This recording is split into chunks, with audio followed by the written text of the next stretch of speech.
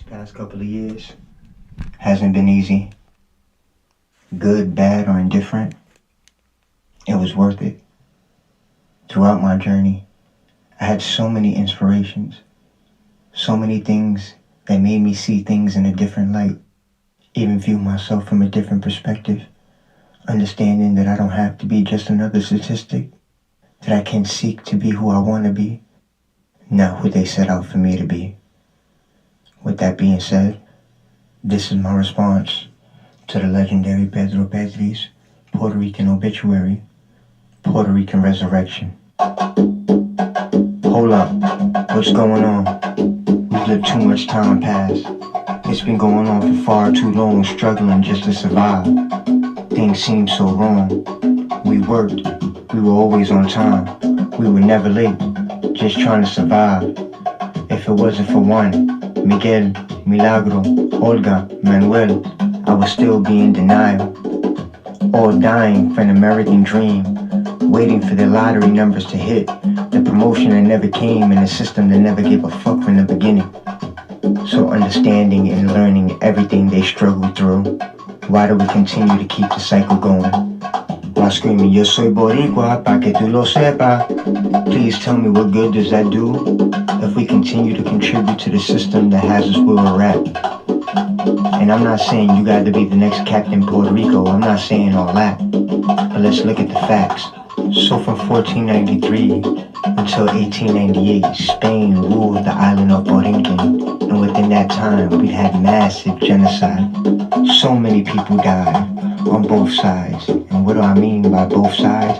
Our Afro and Taino side that we could never deny because we hold with so much pride everything they went through just to survive, while the conquistadors took the whole island on a ride, committing so many criminal acts that words can never describe. 1898, here comes big old Tío Sam, el savior de Puerto Rico, decreasing the currency by 40%. Cause who needs to survive when you got Tío Sam's checks by your side? Can't forget about the imposement of citizenship, forcing us to rely, while Tío Sam takes a ride on the road of taxation without representation, and that comes with a lot of exploitation. Oh, what a great nation of which we reside. But what I realize, if you remove us from history, we don't see a future.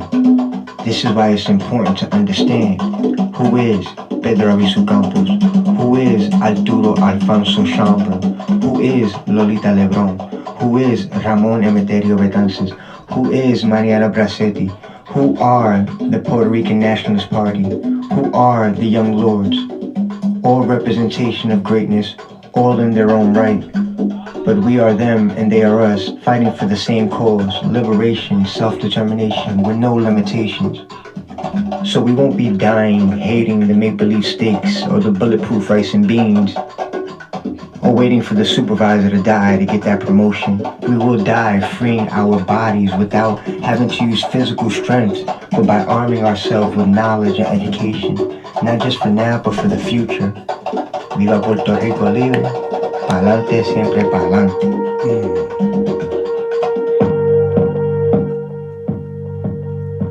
Top of the afternoon, salute to everybody, salute, top of the afternoon. We are live on TikTok and also live on YouTube. Welcome back, everybody. This is the AfroTaino Book Club. I believe in socialism, free education, free housing, and free healthcare. So by tapping the screen, sharing this live, it's just showing me a little bit of socialist love and support to be able to get the message out to the masses. We're going to continue where we left off yesterday. We were going over the Huey P. Newton Reader. We got about 5 hours and 35 minutes, so we probably got probably do like an hour and change today, see where we land off. But let's get right to it. But like I said, let's secure the lives, let's share this, let's get this out to the masses. Tap the screen, keep positive comments. Salute to my moderators on TikTok, salute to my moderators on YouTube. But let's get it going. Without further ado, the Huey P. Newton Reader.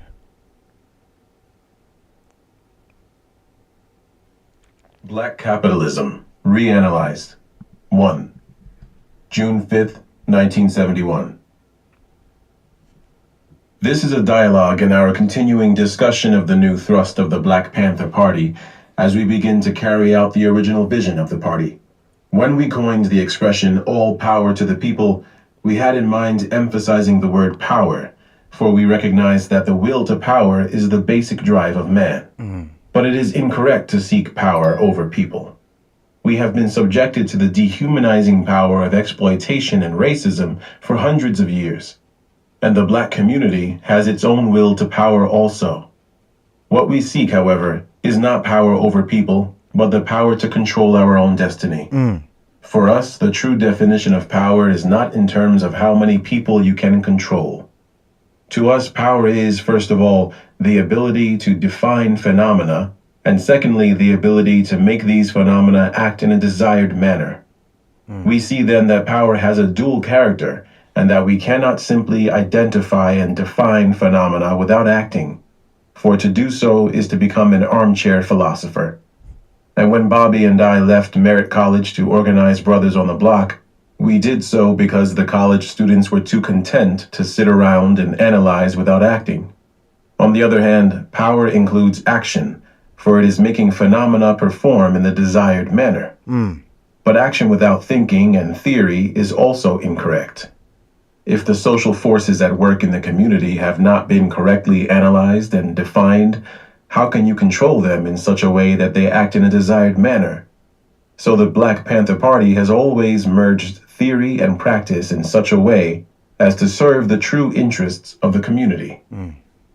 In merging theory with practice, we recognized that it was necessary to develop a theory which was valid for more than one time and place. We wanted to develop a system of thinking which was good anywhere, thus it had to be rather abstract. Yet our theory would relate to a concrete analysis of concrete conditions so that our actions would always be relevant and profitable to the people. Yet at the same time, it had to advance their thinking so that they would move toward a transformation of their situation of exploitation and oppression. We have always insisted on good theory and good practice, but we have not always been successful in carrying this through. When the Black Panther Party defected from the Black community, we became for a while revolutionary cultists. One of the primary characteristics of a revolutionary cultist is that he despises everyone who has not reached his level of consciousness, or the level of consciousness that he thinks he has reached, instead of acting to bring the people to that level. In that way, the revolutionary cultist becomes divided from the people. He defects from the community. Instead of serving the people as a vanguard, he becomes a hero. Heroes engage in very courageous actions sometimes, and they often make great sacrifices, including the supreme sacrifice, but they are still isolated from the people. Their courageous actions and sacrifices do not lead the people to a higher level of consciousness, nor do they produce fundamental changes in the exploitation and oppression of the people. A vanguard, however, will guide the people onto higher levels of consciousness, and in that way bring them to the point where they will take sterner actions in their own interests and against those who continue to oppress them. As I've said previously, revolution is a process, not a conclusion. That's a fact. A true revolutionist will not only take courageous actions, he will also try to advance the people in such a manner that they will transform their situation. That is, by delivering power to the people, the true revolutionist will help them define the social phenomena in their community and lead them to the point where they will seize the time and make these phenomena act in a desired manner. Therefore, as revolutionaries, we must recognize the difference between what the people can do and what they will do. They can do anything they desire to do, but they will only take those actions which are consistent with their level of consciousness and their understanding of the situation. When we raise their consciousness, they will understand even more fully what they in fact can do, and they will move on the situation in a courageous manner. This is merging your theory with your practices. Point 3 of the original 10-point program of the Black Panther Party is, we want an end to the robbery by the capitalists of our Black community. That was our position in October 1966, and it is still our position. We recognize that capitalism is no solution to the problems we face in our communities. Capitalist exploitation is one of the basic causes of our problem. It is the goal of the Black Panther Party to negate capitalism in our communities and in the oppressed communities throughout the world. However, many people have offered the community black capitalism as a solution to our problems. We recognize that people in the black community have no general dislike for the concept of black capitalism, but this is not because they are in love with capitalism. Not at all. The idea of black capitalism has come to mean to many people black control of another one of the institutions in the community. We see within this characteristic the seeds of the negation of black capitalism and all capitalism in general. What we must do then is increase the positive qualities until they dominate the negative and therefore transform the situation. In the past, the Black Panther Party took a counter-revolutionary position with our blanket condemnation of black capitalism. Our strategy should have been to analyze the positive and negative qualities of this phenomenon before making any condemnation. Even though we recognized, and correctly so, that capitalism is no solution or answer, we did not make a truly dialectical analysis of the situation. We recognized that in order to bring the people to the level of consciousness where they would seize the time, it would be necessary to serve their interest in survival by developing programs which would help them to meet their daily needs. For a long time, we have had such programs, not only for survival but for organizational purposes. Now we not only have a breakfast program for school children, we have clothing programs. We have health clinics which provide free medical and dental services. We have programs for prisoners and their families, and we are opening clothing and shoe factories to provide for more of the needs of the community. Most recently, we have begun a testing and research program on sickle cell anemia, and we know that 98% of the victims of this disease are black. To fail... You know what, just to address one of the comments, I'm going back in time. This 1970, this is 2024. The problem is that a lot of the structure that the elders have set down for us, the foundation, a lot of the knowledge and education they brought to us, we don't apply it. We're comfortable in our ignorance, and we can't get back to the basics. And our problem is that we always want to reinvent the wheel instead of looking at what's already been done and amplifying that and evolving that aspect. But we can't do that if we don't go over history. We don't understand the struggle. We don't understand how we got from point A to point B. So we might be in 2024, but if we ain't realized throughout this election, we back in 1960s, bro. I don't think we realize that shit. Combat this disease is to submit to genocide. To battle it is survival. All these programs satisfy the deep needs of the community, but they are not solutions to our problems. That is why we call them survival programs, meaning survival pending revolution. We say that the survival program of the Black Panther Party is like the survival kit of a sailor stranded on a raft. It helps him to sustain himself until he can get completely out of that situation. So the survival programs are not answers or solutions, but they will help us to organize the community around a true analysis and understanding of their situation. When consciousness and understanding is raised to a high level, then the community will seize the time and deliver themselves from the boot of their oppressors. All our survival programs are free. We have never charged the community a dime to receive the things they need from any of our programs, and we will not do so. We will not get caught up in a lot of embarrassing questions or paperwork that alienate the people. Listen. If they have a need, we will serve their needs and attempt to get them to understand the true reasons why they are in need in such an incredibly rich land. Survival programs will always be operated without charge to those who need them and benefit by them. In order to carry out such programs, we have always needed money. In the past, we received money from wealthy white philanthropists, humanitarians, and heirs to the corporate monopolies.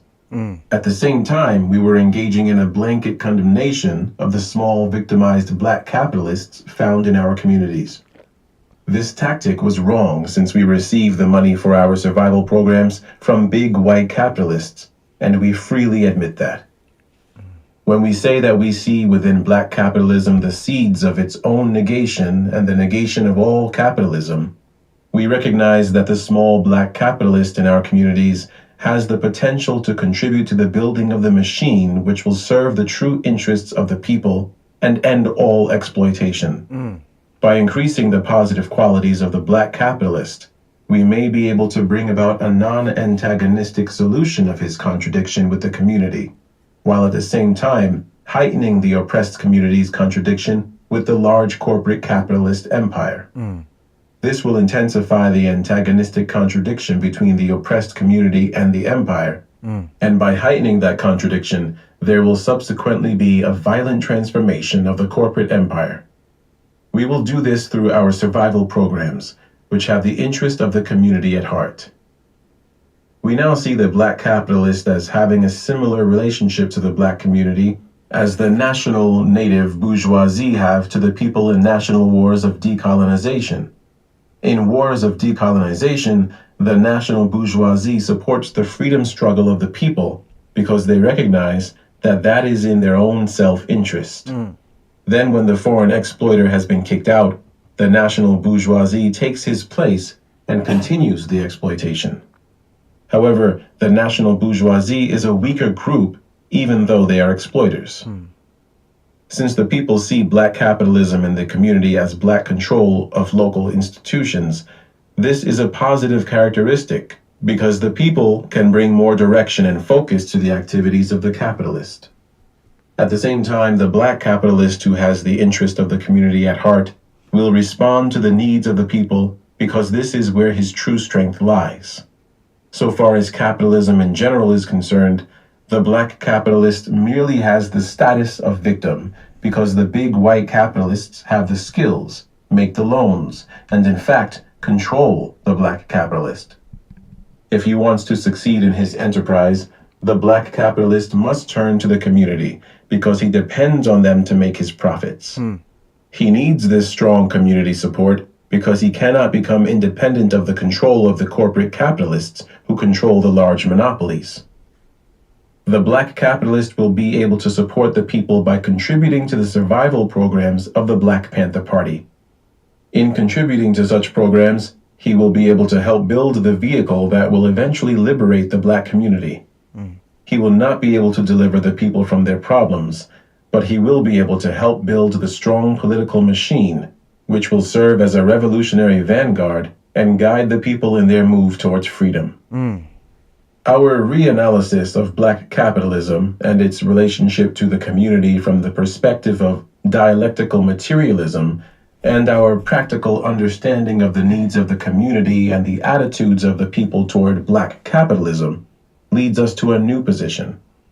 Black businesses that have the interests of the community at heart will be able to contribute to the people through the community programs of the Black Panther Party. These free programs will help the community to survive and thus deter the genocide which is always a threat to our existence here. In return for these contributions, the Black Panther Party will carry advertisements of these businesses in our paper and urge the community to support them. We will never sell advertising space in the paper, but we will give space in return for contributions to the survival programs, which are given free to the community. In this way, we will achieve a greater unity of the community of victims, the people who are victimized by the society in general, and the black capitalists who are victimized by the corporate capitalist monopolies. In this way, we will increase the positive qualities of black capitalism until they dominate the negative qualities, and exploitation will no longer be the reality which the community reluctantly accepts. The community will see those who support their survival and patronize their places of business. At the same time, the community will also criticize those who refuse to participate in their survival programs and turn their backs on them. If the establishment tries to come down hard on those businessmen who support the survival programs, then the community will recognize this as another form of oppression and will move to strongly defend their supporters. In that way, the consciousness of the people and the level of the struggle will be advanced. There is no salvation in capitalism. But through this new approach, the black capitalist will contribute to his own negation by helping to build a strong political vehicle, which is guided by revolutionary concepts and serves as a vanguard for the people. In a way, our new position has the simplicity and completeness of a mathematical formula. When the black capitalist contributes to the survival programs and makes a contribution to the community will give him their support and thus strengthen his business. If he does not make any contribution to the survival of the community, the people will not support him and his enterprise will wither away because of his own negligence. By supporting the community, however, he will be helping to build the political machine that will eventually negate his exploitation of the community, but also negate his being exploited and victimized by corporate capitalism. So we will heighten the contradiction between the black community and corporate capitalism, while at the same time reducing the contradiction between the black capitalist and the black community. In this way, black capitalism will be transformed from a relationship of exploitation of the community to a relationship of service to the community, which will contribute to the survival of everyone. That was deep.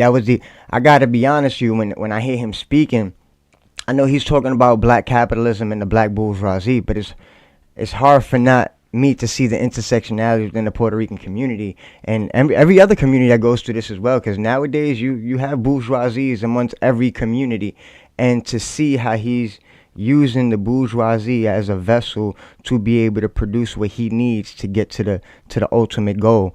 He's trying to figure out a method to be able to have things function as a unit, because in reality, even the black bourgeoisie is still a part of the black community. We just have to find a balance. It's something to think about. This is why I love philosophy and ideology, because it's thought-provoking and it makes you think outside of the box. And that's what a lot of us have to do. A lot of us have to start thinking outside of the box.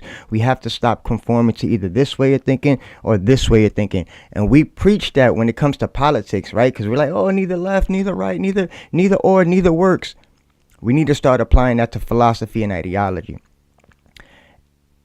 We just going to keep it going, because I'm going to keep chatting. Uniting Against a Common Enemy. October 23rd, 1971. What does the Black Panther Party mean when we say that we are revolutionary intercommunalists? In a few words, we believe that the world's people form a collection of communities, all dominated or controlled, either directly or indirectly, by the United States, by those few who rule the United States. The most common definition for a nation, as opposed to a community, is a group of human beings who have in common their own land or territory, economic system, culture or way of day-to-day living, language, etc. At one time, men from one nation would go out and through warfare conquer other nations. The conquerors would bring under their control the resources, the people, perhaps everything that was sovereign or sacred to the other nation. A variety of things would result. A government of the conquering nation might be established on the territory of the conquered nation. The foreign language may be imposed upon the people. The name of the nation might be changed, or most importantly, the economy of the conquered nation would be fully controlled by the conquerors. Sometimes a nation is very small, sometimes very large. But in this way, through these wars, the Earth's people have over a very long period of time become divided up according to national boundaries in varying ways at different times in history. These wars of conquest have changed world maps, or what one land mass is called. Sometimes one would look at a certain area and it might have a different name or boundary line, depending upon the date of the map, and sometimes who printed it. We can remember such terms as the Roman Empire, the Ottoman Empire, the Byzantine Empire. We can remember Columbus discovering America, or as he thought, India. And certainly some changes in national sovereignty have been made since then. Today, things are different. The entire Earth's land mass is known to man. The 20th century's two world wars have complicated things even more as to the national question. Technology is so advanced that places about which we had only heard in the past are immediately reachable in person. Listen, take what he's saying right now and apply it to what's going on. Because what he's saying is so relevant to what's going on now. You can't miss the intersectionalities. Today, a person can travel completely around the world in less than a day's time. If we bring all these past and present facts together with other information, the world begins to look a little different. What else do we need to remember? That in the area of technology, the United States is the most highly advanced country. That a territory as large as China, containing within its boundaries 1/4 of the entire Earth's population, cannot either lay claim to its own former province, Taiwan, or participate in an organization supposedly representative of all nations in the world, the United Nations.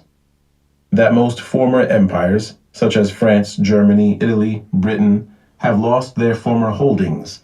The French have been run out of Vietnam and Algeria, the British out of India, the Germans out of Russia and Poland, the Italians out of Ethiopia, etc.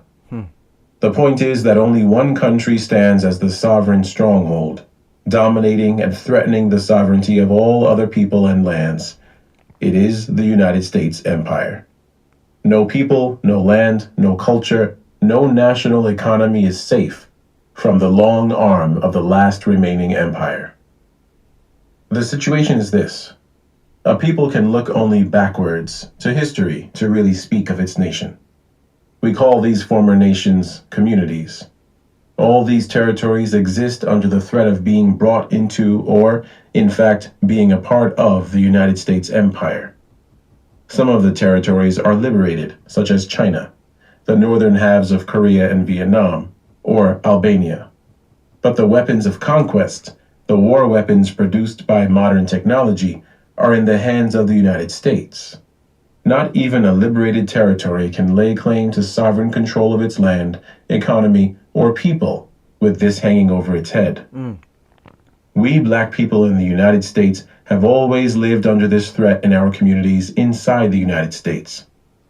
United States government control of our communities is not difficult to understand. For most of us, it is difficult to imagine our lives without such domination. We have never controlled a land that was ours. We have never controlled our economy. We know of one culture, that as slaves. We know of one language, that of the slave master. Our sovereignty was not violated, for we United States blacks were never a sovereign nation. It is true that we were snatched from African shores. The present fact is that we cannot ask our grandparents to teach us some native tongue, or dance or point out our homeland on a map. Certainly, we are not citizens of the United States. Our hopes for freedom then lie in the future, a future which may hold a positive elimination of national boundaries and ties. A future of the world, where a human world society may be so structured as to benefit all the Earth's people, not peoples. To achieve this end, we struggle here inside the United States to get rid of our oppression. Others struggle inside their territorial boundaries to get rid of oppression. The more territory we liberate in the world, the closer we will come to an end to all oppression. The common factor that binds us all is not only the fact of oppression, but the oppressor, the United States government and its ruling circle. We, the people of the world, have been brought together under strange circumstances. We are united against a common enemy. Today, the philosophy of revolutionary intercommunalism dictates that the survival programs implemented by and with the people here in America, and those same basic people survival programs being implemented in Mozambique by the Mozambique Liberation Front, are essential to bringing about world unity, from Africa to the black community inside America, developing and uniting against a common enemy. That enemy has rolled up into one large hand the power of the world. If we get rid of this enemy in a united common struggle, it will be easy to transform this unity into a common scheme of things. We are not separate nations of men to continue the pattern of fighting amongst ourselves. We are a large collection of communities who can unite and fight together against our common enemy. The United States' domination over all our territories equals a reactionary in opposition to the interests of all, set of circumstances among our communities. Reactionary intercommunalism. We can transform these circumstances to all our benefit. Revolutionary intercommunalism. On the continent of Africa, there are people who look like us. They are black. We are brothers because our struggle is common. We have both suffered under white racism and under oppression. This is why we should not let the reactionaries of the world be the only ones communicating across the waters and masses of land. We have a common interest to serve, and therefore we can learn from each other. What happens here affects our brothers in Africa. What happens in Africa affects us. The United States has seen to this. But this is good. We can learn to fight together, though separated. There is a place in Africa called Mozambique. It lies on Africa's eastern shore, in the southern portion of the continent. It is a rich land, like most in Africa. In 1498, 6 years after Columbus's famous discovery, the Portuguese invader, if you remember your elementary school books credit him as an explorer, Vasco da Gama, violated the shores of Mozambique. The rest of the troops landed 7 years later, in 1505. From that point on, the Portuguese have dominated the economy and lives and the culture of the Mozambican people. Their national language became, and still is, Portuguese. To this day, the Portuguese lay claim to Mozambique, referring to Portuguese Mozambique. This, of course, is not in agreement with our brothers and sisters in Mozambique. Mozambique is their home. They are not the invaders. Of course, the people of Mozambique have many attempts throughout their long history of Portuguese colonial oppression to rid themselves of their chains. However, the most powerful and successful struggle is presently being waged under the guidance of the revolutionary organization Frelimo, Front for the Liberation of Mozambique. The people support Frelimo, for Frelimo is of the people and is organizing struggle in the true interest of all the people. This great effort really began when Frelimo was organized in 1962, primarily through the efforts of Dr. Eduardo Mondlane. In 1964, the first attack upon the Portuguese was launched by Frelimo forces, which were by then organized and trained. Since then, armed struggle has been waged heroically by the Mozambican people under Frelimo. This has resulted in the liberation of 3 key areas, Tete Province, Niassa Province, and the Mueda Plateau. The ridiculous fact is that the Portuguese deny this. They deny the reality that they will eventually be pushed out of Mozambique, like the United States in Vietnam or in our black and other oppressed communities.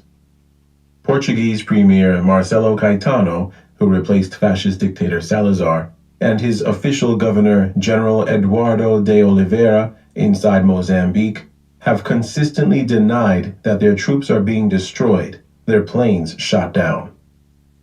Caetano denies that Frelimo membership alone is more than 10,000, that 1/4 of Mozambique is liberated territory, that liberated zones have a population of 1 million people of a total population of 9 million. He wishes to deny the fact that the people are fighting for and winning their freedom. Listen up. Our brothers in Mozambique know differently. When I was in China earlier this month, I had the opportunity to receive and subsequently report to the people firsthand accurate information.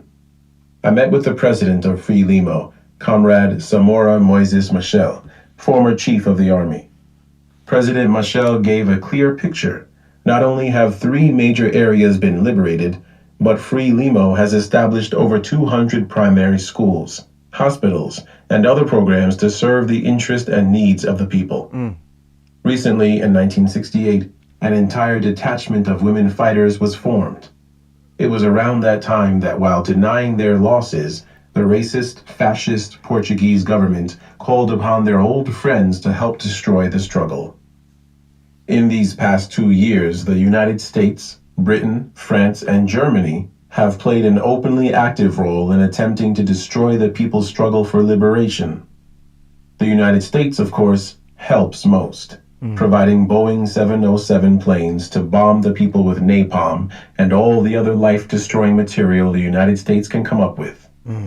President Machel told us that in 1970 alone, over 128,000 troops of the combined forces attacked, and 63,000 tons of bombs were viciously rained upon the people. However, President Machel said, "We destroyed the soldiers. We shot down the planes." These successes have certainly not been easy. From within and from without, the people of Mozambique have suffered. After giving guidance to Frelimo for nearly 7 years, Eduardo Mondlane was assassinated by the enemy.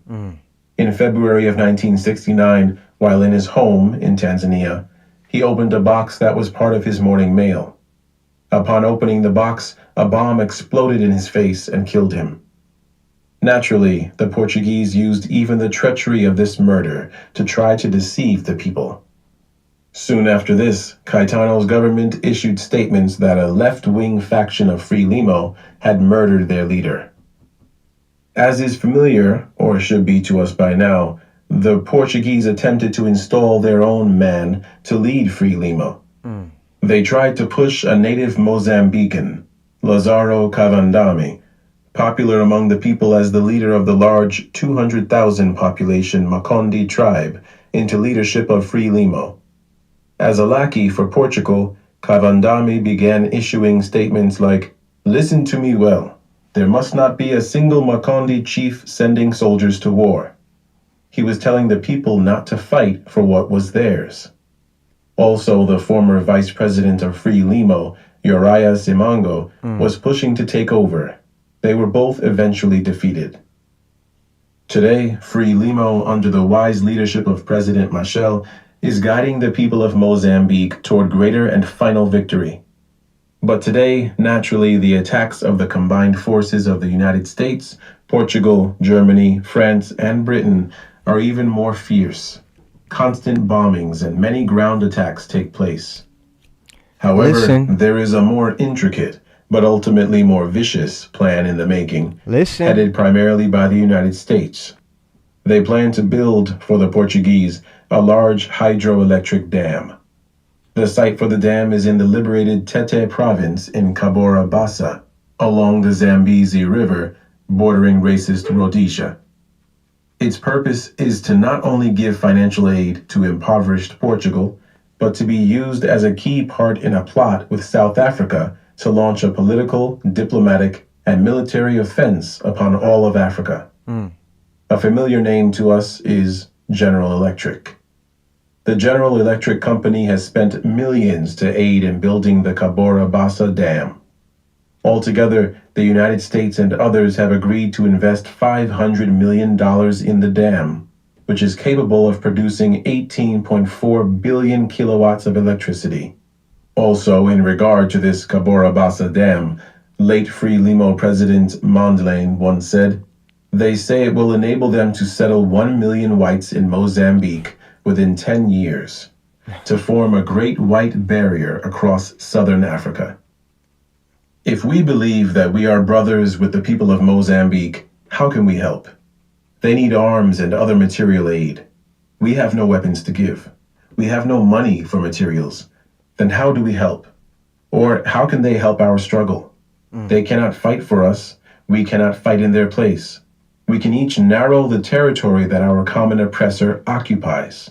We can liberate ourselves, learning from and teaching each other along the way. But the struggle is one. The enemy is the same. Eventually, we and our brothers in Mozambique and all of Africa, throughout the world, can discuss a world without boundaries or national ties. We will have a human culture, a human language. The earth will be all our territory, serving all our interests, serving the interests of all the people. That was another deep one. Guys. Yo, listen, don't forget, everybody on TikTok, we are live on YouTube. So if you guys came in a little late, you guys want to go back and catch up on some of the book in this live or yesterday's live, you can do so. I appreciate all the love and support. I appreciate everybody on YouTube right now watching. Appreciate my moderators. Let's keep it going. Let's keep tapping that screen, sharing this live. Let's get them taps up. Let's get the taps up. Let's shake up the algorithm. Let's be able to, you know what I mean, stir it up a little bit. But let's tap that screen. Let's keep it going. And I'm going to let another chapter play. Fallen Comrade. Eulogy for George Jackson, 1971. Tap, tap, tap, tap, tap. George Jackson had genius. Genius is rare enough and should be treasured, but when genius is combined in a black man with revolutionary passion and vision, the establishment will cut him down. Comrade Jackson understood this. He knew his days were numbered and was prepared to die as a true believer in revolutionary suicide. Aye. My bad, y'all. I got a phone call. My For bad. 11 years, he insisted on remaining free in a brutal prison system. All along, he resisted the authorities and encouraged his brothers in prison to join him. The state retaliated. Parole was continually refused. Solitary confinement was imposed on him for 7 years. Threats on his life were frequent. From guards, from inmates who called themselves Hitler's helpers, from knife thrusts and pick handles of faceless, sadistic pigs. And finally, they murdered him. In the months before his death, everything began to close in. He was one of the few prisoners who was shackled and heavily guarded for his infrequent trips to the visitor's room. Attempts on his life became almost daily occurrences, but he never gave in or retreated. Prison was the crucible that shaped his spirit, and George often used the words of Ho Chi Minh to describe his resistance. Calamity has hardened me and turned my mind to steel. Let's get some praying hands in the comments. Let's get some candle emojis. Let's get some heart emojis in the comments for George Jackson, y'all. For Comrade George Jackson. Let's get it. At first, I knew him only spiritually, through his writing and his legend in the prison system when I was at the penal colony and he was at Soledad. Then, not long after my arrival, I received through the prison grapevine a request from George to join the Black Panther Party. It was readily granted. George was made a member of the People's Revolutionary Army with the rank of General and Field Marshal. For the next 3 years, we were in constant communication by means of messages carried by friends and lawyers and inmates transferred from one prison to another. Despite the restrictions of the prison system, we managed to transmit our messages on paper and on tapes. Among George's contributions to the party were articles he wrote for the Black Panther newspaper, which furthered our revolutionary theory and provided inspiration for all the brothers. In February 1971, I received this letter from him. February 21st, 1971. Comrade Huey, things are quiet here now. Tonight we have discipline and accord. Tomorrow, all may fly apart again, but that's us. I have 2 articles that I would like to put in the paper, one following the other by a week. The one on Angela first. Then if you approve, I would like to contribute something to the paper every week or whenever you have space for me. If yes, let me know if there is any area in particular you would like me to comment on. Then do I comment as observer or participant? One favor, please don't let anyone delete the things I say or change them around. I don't need an editor. Unless what I say is not representative of the party line, don't let anyone change a word. Talk that shit. When I make an ideological error, of course, correct it to fit the party's position. And don't let them shorten or condense. If something is too long, part 1, part 2 it. If you want to use me to say nasty things about those who deserve it, it may be best for me to comment as an observer. That way less contradictions between yourself and people you may have to work with. You told blank that you and I had a misunderstanding once, but that it was cleared up. When was it that we misunderstood each other? Be very careful of messages or any word that has supposed to have come from me. I really don't recall any misunderstanding. People lie for many reasons. Try to memorize my handwriting. That is how all messages will come in the future, if we have a future. Did you know that Angela and I were married a while back? And I had almost pulled her all the way into our camp just before Eldridge made that statement? I had done so well, in fact, that CP tried to cut our contacts, attacked my sanity in little whispers and looks in conversing with her, and cut off my paid subscription to their 2 newspapers. Strange that they would be afraid of the FBI and not afraid of the cat. Perhaps they've reached an understanding. Some of them, anyway. Is blank CP? Man, what's happening with her? She has no control at all of her mouth or ego. Arrange for a good contact or write and seal messages with a thumbprint. I have ideas I'd like to leave with you all. Thanks, brother, for helping us. Beautiful, hard, disciplined brothers in here. I'd like to deliver them to you someday. George. In the last 3 years of his life, Comrade Jackson felt sustained and supported by the Black Panther Party. He had struggled alone for so long to raise the consciousness of black inmates, and his example encouraged thousands who were weaker and less intrepid than he. But the price he paid in alienation and reprisals was fearsome. Within the party, he was no longer alone. He became part of a burgeoning and invincible revolutionary liberation movement. In his second book, Blood in My Eye, he expressed this faith. The Black Panther Party is the largest and most powerful political force existing outside establishment politics. It draws this power from the people. It is the people's natural political vanguard. George asked the party to publish his first book, Soledad Brother. But in the difficult negotiations between go-betweens and without direct contact, the arrangements fell through. To make sure this mistake would never happen again, he left his estate and all his writings to the party. More important, he bequeathed us his spirit and his love. George's funeral was held in Oakland on August 28, 1971, exactly 1 week after his murder, at St. Augustine's Episcopal Church, pastored by Father Earl Neal. A crowd of about 7,000 friends gathered to pay their last respects to our fallen comrade, and the Black Panther Party had a large contingent of comrades on hand to handle the crowd and protect the Jackson family.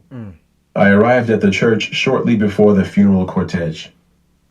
The second-floor sanctuary was empty, but from the window I could see the crowd stretching for more than a block in each direction, filling every available space and closing off the streets to motor traffic.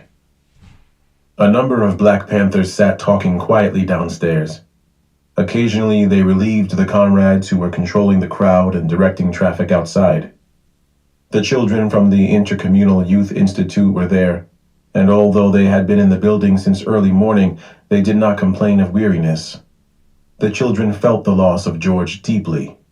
When they had learned of his death the previous week, all of them had written messages of condolence to his mother. They loved George, and in their faces I could see their determination to grow up and fulfill his dreams of liberation. Tensions were high. We had received many threats the previous week from prison guards, Alright, my bad, y'all. I got another phone call. others, stating that the funeral would not be held, and if it was, there would be cause for more funerals of Black Panthers. We were ready for anything. The comrades were angry about the threats, and they were righteously angry about the continued oppression of the poor and black people who live in this land. You could see it in their faces, in their measured, firm strides, in their clenched fists, and in their voices as they greeted the hearse with shouts of "Power to the people," and "Long live the spirit of George Jackson." When the funeral cortege arrived, Bobby and I prepared to meet the people in it as they entered the door of the church. It was the first time Bobby and I had shared a public platform in over 4 years, but there was no cause for rejoicing. We said nothing to each other. We knew only too well what the other was thinking. As the casket bearing the body of Comrade George was brought into the sanctuary, a song was playing, Nina Simone singing, "I wish I knew how it would feel to be free." Inside the church walls were ringed with Black Panthers carrying shotguns. George had said that he wanted no flowers at his funeral, only shotguns. In honoring his request, we were also protecting his family and all those who were dedicated to carrying on his spirit. Any person who entered that sanctuary with the purpose of starting some madness would know that he did not stand a chance of going very far. In death, even as in life, George thought about the best interests of his companions. Father Neil made a short but powerful statement about the lesson of George Jackson's death, that black people would have to get off their knees and take their destiny in their own hands. Bobby read some of the many messages from around the world, Elaine Brown saying, "One time's too much to tell any man that he's not free." And I delivered the eulogy, which went in part.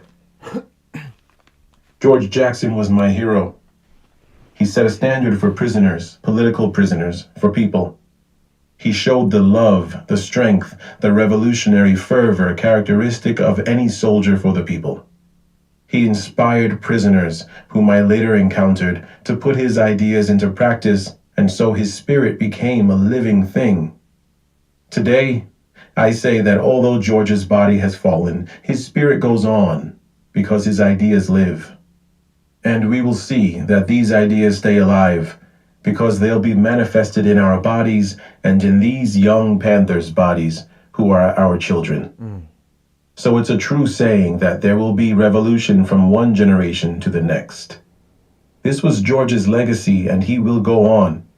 He will go on into immortality, because we believe that the people will win. We know the people will win as they advance, generation upon generation. What kind of standard did George Jackson set? First, he was a strong man, without fear, determined, full of love, strength, and dedication to the people's cause. He lived a life that we must praise. No matter how he was oppressed, no matter how wrongly he was done, he still kept the love for the people. And this is why he felt no pain in giving up his life for the people's cause. Even after his death, George Jackson is a legendary figure and a hero. Even the oppressor realizes this. To cover their murder, they say that George Jackson killed 5 people, 5 oppressors, and wounded 3 in the space of 30 seconds. You know, sometimes I like to overlook the fact that this would be physically impossible. But after all, George Jackson is my hero, and I would like to think that it was possible. I would be very happy thinking that George Jackson had the strength, because that would have made him Superman. Of course, my hero would have to be a Superman. And we will raise our children to be like George Jackson, to live like George Jackson, and to fight for freedom as George Jackson fought for freedom. George's last statement, the example of his conduct at San Quentin on that terrible day, left a standard for political prisoners and for the prisoner society of racist, reactionary America. He left a standard for the liberation armies of the world. He showed us how to act. He demonstrated how the unjust would be criticized by the weapon. And this will certainly be true, because the people will take care of that. George also said once that the oppressor is very strong, and he might beat him down. He might beat us down to our very knees. He might crush us to the ground, but it will be physically impossible for the oppressor to go on. At some point, his legs will get tired. And when his legs get tired, then George Jackson and the people will tear his kneecaps off. So we will be very practical. We won't make statements and believe the things the prison officials say. Their incredible stories about one man killing 5 people in 30 seconds. We will go on and live very realistically. There will be pain and much suffering in order for us to develop. But even in our suffering, I see a strength growing. I see the example that George set living on. We know that all of us will die someday, but we know that there are 2 kinds of death, the reactionary death and the revolutionary death. One death is significant and the other is not. George certainly died in a significant way, and his death will be very heavy, while the deaths of the ones that fell that day in San Quentin will be lighter than a feather. Even those who support them now will not support them in the future, because we are determined to change their minds. We'll change their minds, or else in the people's name, we'll have to wipe them out thoroughly, wholly, absolutely, and completely. All power to the people. All words are inadequate to express the pain one feels over a fallen comrade. But in a poem, my brother Melvin came closer than anyone in voicing our feelings about the loss of George Jackson. We called him the General. The sky is blue, today's clear and sunny. The house that George once lived in headed for the grave, while the Panthers spoke of the spirit. I saw a man move cat-like across the rooftops, glide along the horizons, casting no shadow, only chains into the sea, using his calloused hands and broken feet to smash and kick down barriers. The angels say his name is George Lester Jackson, El General. I ain't even gonna lie, that was deep. Then it just brings me back a lot. I've been to several, honoring of life of a couple of elders this year, and just listening to him express how he feels about George Jackson, it rings very familiar when I hear a lot of elders who stood side by side with a lot of fallen comrades, and the relationships they build, and the ups and downs, the good, the ugly. Like, this is what standing in struggle and liberation is. Everything is not always perfect, but when you hear them express themselves, how they feel about one another, it's a feeling that you don't get just based off an average relationship. It is something that, again, they put their lives on the line for one another, whether they liked each other or loved each other or didn't like each other. However you want to look at it, however you want to word it, they still ride it with one another. That's a different relationship. But let's keep it going. This will probably be the last chapter. Everything seems so far with the stream. I think I had one little camera malfunction with the YouTube, but that was only for a couple of, like, a minute or so. So we back up and running. So again, guys, if you guys missed anything on TikTok, because I'm over here, I'm on live on TikTok and live on YouTube. If you guys missed the prior chapters or want to start the book from the beginning, you can go back and go look at the live section on my YouTube channel, AfroTaino 88. Same way here as you found me on TikTok.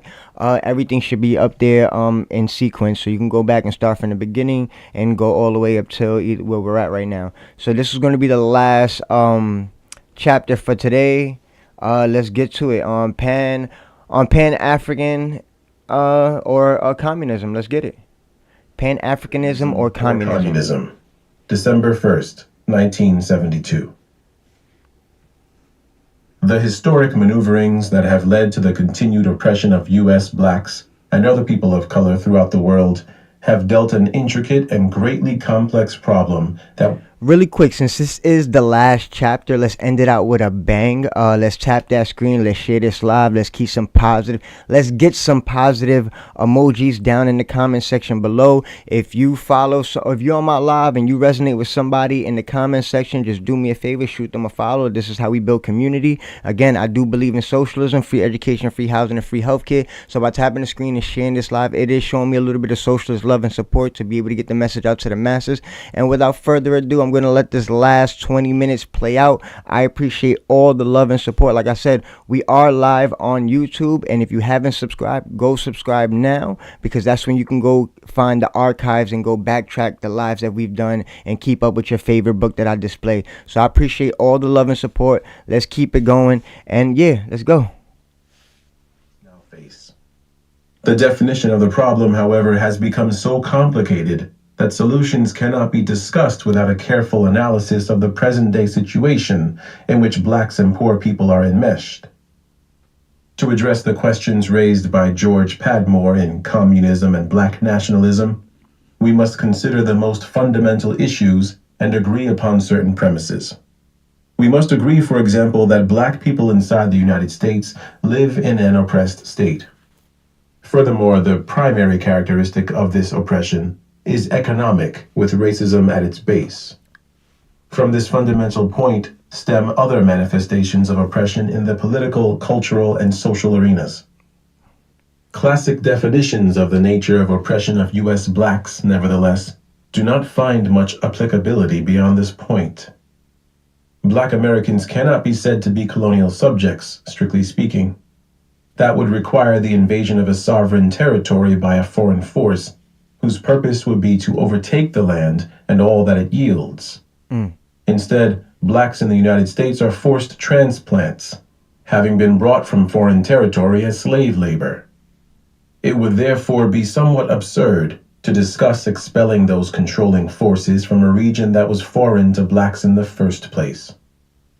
Karl Marx set forth a basic analysis of the nature of oppression, defining the fundamental issue as economic, or more specifically, the relationship of man to production. According to Marx, the introduction of industrial development leads to the creation of new relationships between men that are based upon industrial growth, wiping out the former feudal system. As such, the question of the feudal landlord as he related to the serf or slave in an agrarian society was replaced by the owner-worker relationship and the accumulation of capital. Marx defined these new relationships in terms of classes, speaking of oppression by the owner class or the bourgeoisie of the working class, also known as the proletariat. Marx's analyses could be readily applied to conditions in those regions that had experienced industrial development to the extent that a capitalist class had been created in that region. Such conditions were found in territories populated by non-European or non-white peoples. At the time of Marx's writings, black, brown, red, and yellow peoples dominated areas that still maintained an agrarian-based economy. For black people in the United States, conversely, there was little applicable. Although the United States itself was certainly advancing industrially, black people maintained an indirect relationship to all of it. Once emancipated, U.S. blacks, who were neither owners nor workers in the Marxist sense of the terms, were shoved into ghettos, where they were given neither reparations for years of institutional chattel slavery nor employment in the new industrial state. Racism guaranteed it. How then does the question of Pan-Africanism relate to blacks in relation to communism as outlined by Marx? Mr. Padmore's elaborate discussion on the rejection of communism by blacks in favor of Pan-Africanism describes very accurately the Russian communist betrayal of African and U.S. blacks. Admittedly, the various collaborations of the Soviets for the salvation of Mother Russia were a vicious Machiavellian web that lured in people of color worldwide. However, Mr. Padmore's failure to deal with the unique situation of U.S. blacks, not to mention his neglect of analyzing concretely the African situation, is due to his emotional hatred of Moscow communists, to whom he was for so long closely tied, but also his emotional, newfound love for the people of his race. Let us examine the questions he poses with a close eye on the historic placement of his particular analysis, namely the 1950s. As Mr. Padmore points out, Lenin realized that Marxist theory needed to be applied to actual social conditions. With that in mind, Lenin successfully led the 1917 revolution with the support of Russia's dark minorities by promising self-determination and autonomous government under the new socialist state. From here, Mr. Padmore points out that the newly formed American Communist Party, 1920, used this line to appeal to blacks in America, recognizing the absolute necessity of incorporating the black struggle to advance the Communist Party program, underscoring the dogma and racism manifested in the concept that through the white-dominated, Russian-directed Marxist Party, black people could be led to salvation via groups such as the American Negro Labor Congress, or later, the National Negro Congress, and even more ridiculously, a black nation inside the U.S. Mr. Padmore leads one to the conclusion that communism holds no solution to black people's problems. This suggestion could lead easily to the conclusion that if communism is bad for black people, then its antithesis, capitalism, is good. During the pre-World War II period and throughout the war years, black Americans were pawns on the Soviet chessboard, being led back and forth according to the needs of Moscow. Today, oppose Roosevelt, who opposes Hitler because Stalin has allied with Hitler. Tomorrow, support Roosevelt against Hitler because Hitler has invaded Mother Russia. All the while, blacks were struggling to eat and survive by entering the system of capitalist endeavor as workers or producers. The Roosevelt New Deal certainly dealt a bad deal to blacks. The president's trumped-up reform programs and the Communist Party of America's sudden Stalin-induced silence on the issue of black civil and human rights excluded many people of color. With the war's end in 1945, blacks once again saw the spoils going to everyone else. The world was divided up by the victors, but blacks in the United States and Africa, not to mention people of color around the world, had no participation. Can we conclude, then, that imperialism has a color, white? Can we also conclude that because a Russian Communist Party or a Communist Party of America failed to fully support the interests of people of color, racism is the prime characteristic of black oppression?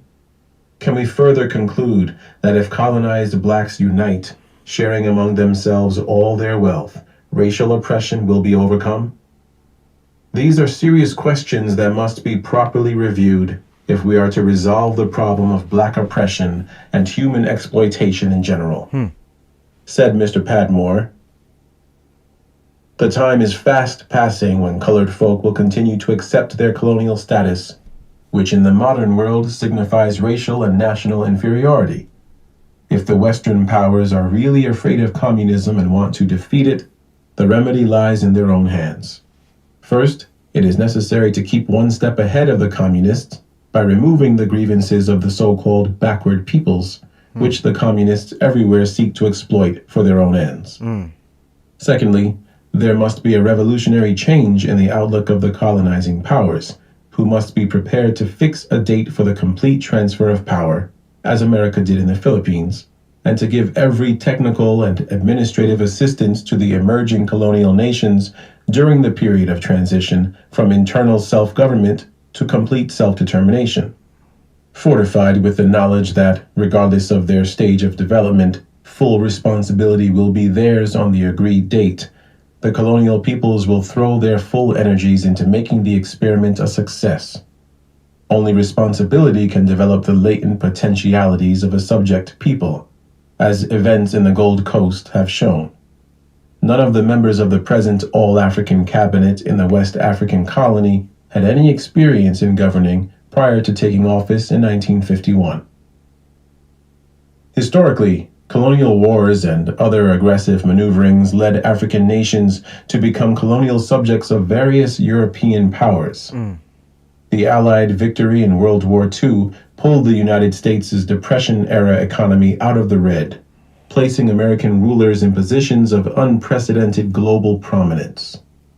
This period is crucial in understanding our present situation, for it was due to the American victory at war that the spoils, including land territories formerly held by other imperialist countries, were rewarded to the U.S., thrusting the country into its present almighty position among world powers. The crucial implication of this new U.S. dominance is the relation created between the United States rulers and the rest of the world. Essentially, a qualitative change began to evolve. Dominance of the global economy by the United States of America.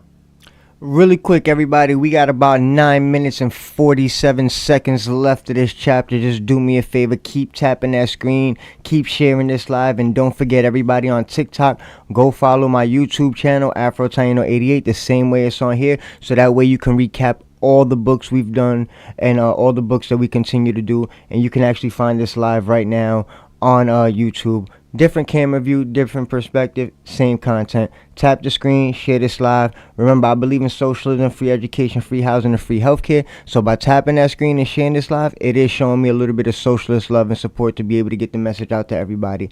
Peace and love. Let's get this last 9 minutes and 47 seconds done. Let's end it out with a bang. Let's keep it going. The so-called socialist world, representing the needs and aspirations of the oppressed, now had a more formidable force with which to deal. The classic contradiction outlined by Marx between a native or colonial bourgeoisie and the oppressed of a nation was turned into a very different contradiction. The liberation of China, Cuba, and Algeria that succeeded World War II and followed the general line of territorial liberation determined by socialist construction would also be transformed in nature. That is, could socialist construction be meaningful in view of the decline of the would-be British, French, or other empires and the rise of the U.S. superpower?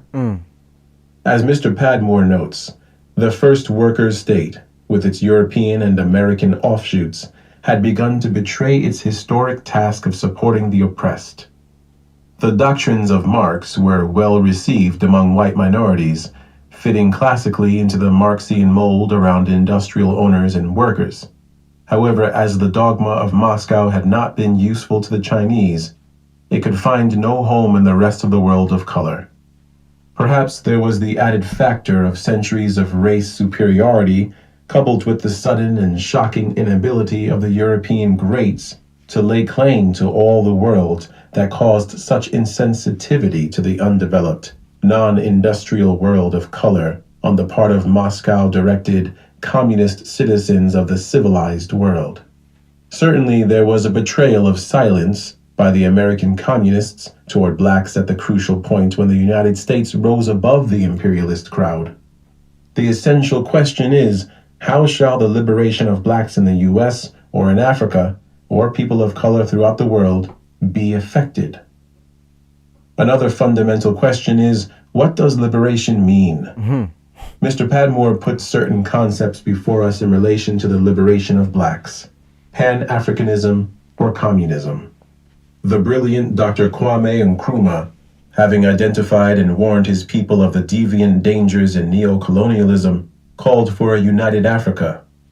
The unity that Dr. Nkrumah called for carried the demand of solidarity based upon certain principles, specifically pooling resources from all separate countries of Africa into an all-African treasury to produce the industrial and technological development that could ensure Africa true economic and political independence.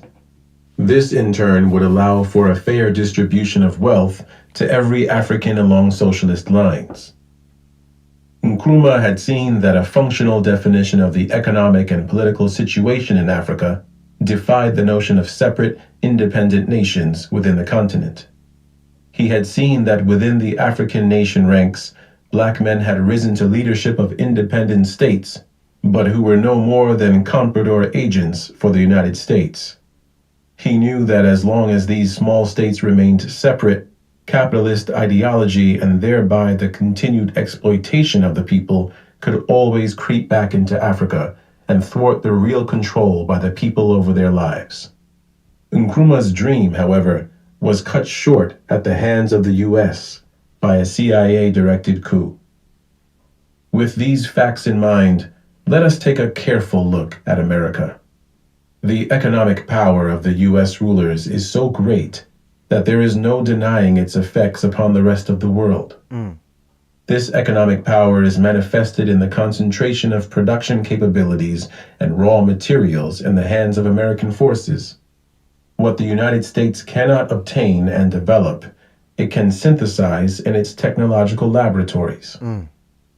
Looking further at this situation, let us consider Black Americans. Tied only historically to Africa, they can lay no real claim to territory in the U.S. or Africa. Black Americans have only the cultural and social customs that have evolved from centuries of oppression. In other words, U.S. blacks form not a subjugated colony, but an oppressed community inside the larger boundaries. What then do the words black nationalism concretely mean to the U.S. black? Not forming anything resembling a nation presently, shall U.S. blacks somehow seize or possibly be given U.S. land and expect to claim sovereignty as a nation? In the face of the existent power of the United States over the entire world, such a notion could only be fantasy that could lead to the extinction of a race. What does Pan-Africanism mean to the Black African who did not live Nkrumah's dream? but lives in the real nightmare of U.S. economic military might. For what does a national flag actually mean when Gulf oil is in control? Or if Gulf oil is expelled, what happens if the nation cannot supply for its own needs? The oppressed people of the world face a serious dilemma. The Chinese people are as threatened by the American empire, just as blacks globally and people in South America are similarly threatened. Even Europe bends to the weight of the United States, yielding theoretical national sovereignty. The answer lies in facing the matter at hand. Pan-Africanism, as defined by Mr. Padmore, is hardly the issue. It is not only outdated, it sets back the liberation of all oppressed people. It leaves room for exploitative endeavor by men. It suggests both an all-Africanized version of capitalist economic distribution in a world where capital and its power lie tightly in the hands of the U.S. rulers, and it fails to encompass the unique situation of Black Americans. Further, with Mr. Padmore's rejection of the fundamental tenets of communism due to misapplication, his Pan-Africanism paves the way for Moscow's own reactionary line of peaceful coexistence with the former oppressors. In this connection of aid to Africa, if America, the foremost champion and defender of the free world, is really worried about communism taking root in Africa and wants to prevent such a calamity from taking place, I can offer an insurance against it. This insurance will not only forestall communism, but endear the people of the great North American Republic forever to the Africans. Instead of underwriting the discredited system of colonialism by bolstering up the European regimes, especially in the North, Central, and South Africa, with military and financial aid, let American statesmen make a bold gesture to the Africans in the spirit of the anti-colonialist tradition of 1776. Once confidence, trust, and mutual respect are established between African leaders and their European advisors, there is nothing to prevent the rapid economic and social advancement of Africa. It is a continent of great potentialities. In planning its welfare and development, certain basic principles should be observed. For example, the main sector of the national economy should be state-controlled, since there is not enough local capital available to undertake large-scale enterprises. But the rest should be left to private initiative. Pan-Africanism looks above the narrow confines of class, race, tribe, and religion. In other words, it wants equal opportunity for all, talent to be rewarded on the basis of merit. Solutions cannot come in a few words. Let us return, however, to the basic functional definitions. If it is agreed that the fundamental nature of oppression is economic, then the first assault by the oppressed must be to wrest economic control from the hands of the oppressors. If we define the prime character of the oppression of blacks as racial, then the situation of economic exploitation of human being by human being can be continued if performed by blacks against blacks, or blacks against whites. If, however, we are speaking of eliminating exploitation and oppression, then the oppressed must begin with a united, worldwide thrust along the lines of oppressed versus oppressor. We must seize the machinery of power, and through the unity of struggle, begin the task of redistributing the world's wealth. Without the unity of all oppressed people, the world shall remain in a state of reaction, with everyone yielding to the whim of the U.S. rulers. Oh man, that was deep. Yeah, I hope everybody's enjoying this book the same way I am. This is like my second or third time that I'm actually listening. I think it's the second time that I listened to it, but I actually read the physical copy. Again, it's mind blowing. Like I said, what we need to start doing is be able to think outside of the box. You know, And to be honest, I don't think in his philosophy or even, in other scholarly philosophy, I don't believe it's right or wrong. I think it's their perspective and the way they view it. And I think it's for us as consumers to be able to take what we need and leave the rest. Not to be able to crucify them based off of their ideologies and philosophy based off past tense, but to be able to take what we need and apply it in a modernized version where we can be successful, where we can apply these things and we can do something with it. And I gotta be honest with you, I haven't spoken much about the elections, which I really could care less to speak about it right now to an extent, because what I really want to see is where the people are going to stand after the fact. Where's the organizing going to be? I hear a lot of people, even leading up to this election, oh, neither party ain't shit. No party, is for the people. They both have an agenda. They two wings of the same bird. And I agree. I don't disagree with that statement at all. I don't disagree with a third party candidate. But now that this shit has happened, he hasn't even took office, and we're starting to see a lot of backlash and people regretting their vote. What is the next step? Are we gonna vote for a third party candidate after, like, when election season is here, or are we gonna start building from the bottom up? I'm just asking. Are we going to start getting third-party candidates as representation in each local state, so that way when you have a third-party candidate, it can be effective when they're actually in presidency? Obama was a Democrat. He got blocked in so many places because half of his party didn't agree with him. So what happens when you have a third-party candidate that doesn't have any support? You're going to have a wasted fucking 4 years. And excuse my language. I'm not a Democrat. I'm not a Republican. I can't stand the domestic politics or international politics and the fuckery and the exploitation of the people. But what I ask is, what are we going to do? Like Huey said, when are we going to stop being reactionary and actually be strategic? When are we actually going to start coming together and really tackling the same issues we have? Everybody's going to be different. We're all different in our own way, own uniqueness. Even the way most of us come into this country is different. But we deal with a lot of intersectionalities. And understanding the differences, but also understanding the intersectionality brings us closer to unification. We can't expect everybody to be like us, to look like us, to act like us, to want the same wants we got, but we can find a common ground.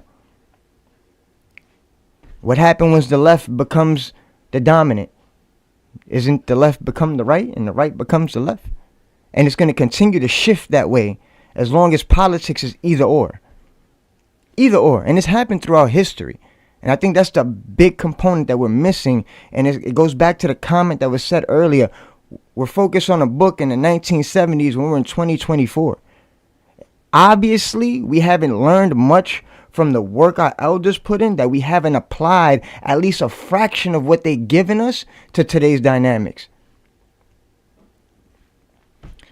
But I'm going to leave everybody with that. I mean, you know what? I've been starting it and ending it with my poem.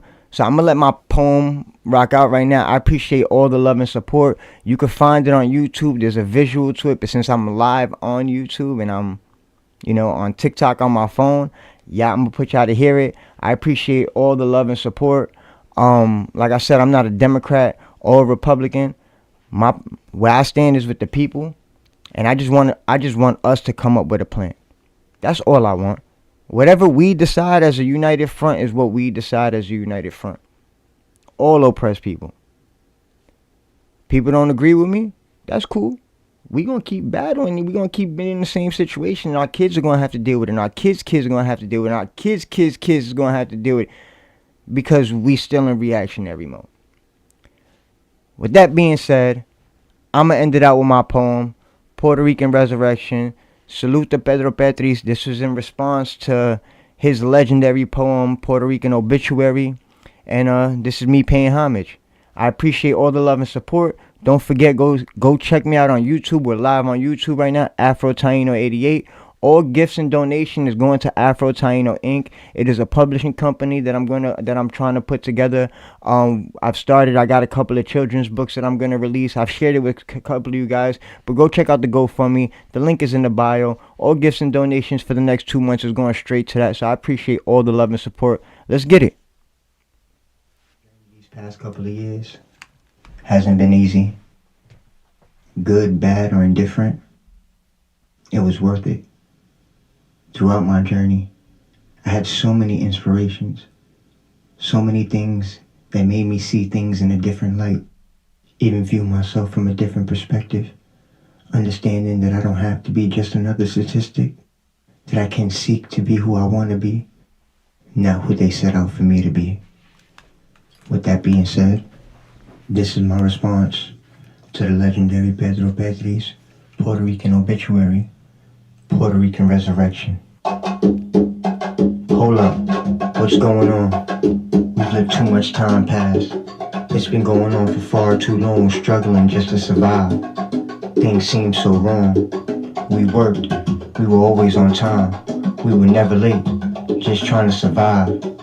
If it wasn't for Juan, Miguel, Milagro, Olga, Manuel, I would still be in denial. All dying for an American dream, waiting for their lottery numbers to hit, the promotion that never came, and a system that never gave a fuck from the beginning. So understanding and learning everything they struggled through, why do we continue to keep the cycle going? While screaming, yo soy boricua, pa que tú lo sepa. Please tell me, what good does that do if we continue to contribute to the system that has us where we're at? And I'm not saying you got to be the next Captain Puerto Rico, I'm not saying all that. But let's look at the facts. So from 1493 until 1898, Spain ruled the island of Borinquen, and within that time, we'd had massive genocide. So many people died on both sides. And what do I mean by both sides?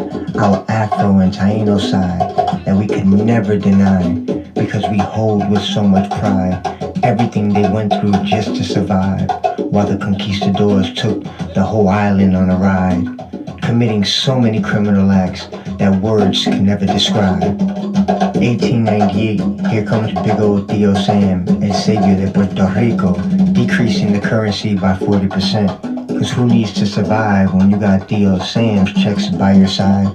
Can't forget about the imposement of citizenship, forcing us to rely, while Tio Sam takes a ride on the road of taxation without representation, and that comes with a lot of exploitation. Oh, what a great nation of which we reside. But what I realize, if you remove us from history, we don't see a future. This is why it's important to understand who is Pedro Avisu Campos, who is Arturo Alfonso Chambro, who is Lolita Lebron, who is Ramon Emeterio Betances, who is Mariana Bracetti, who are the Puerto Rican Nationalist Party, who are the Young Lords. All representation of greatness, all in their own right. But we are them and they are us, fighting for the same cause, liberation, self-determination, with no limitations. So we won't be dying, hating the maple leaf steaks or the bulletproof rice and beans, or waiting for the supervisor to die to get that promotion. We will die freeing our bodies without having to use physical strength, but by arming ourselves with knowledge and education, not just for now, but for the future. Viva Puerto Rico libre, pa'lante siempre pa'lante.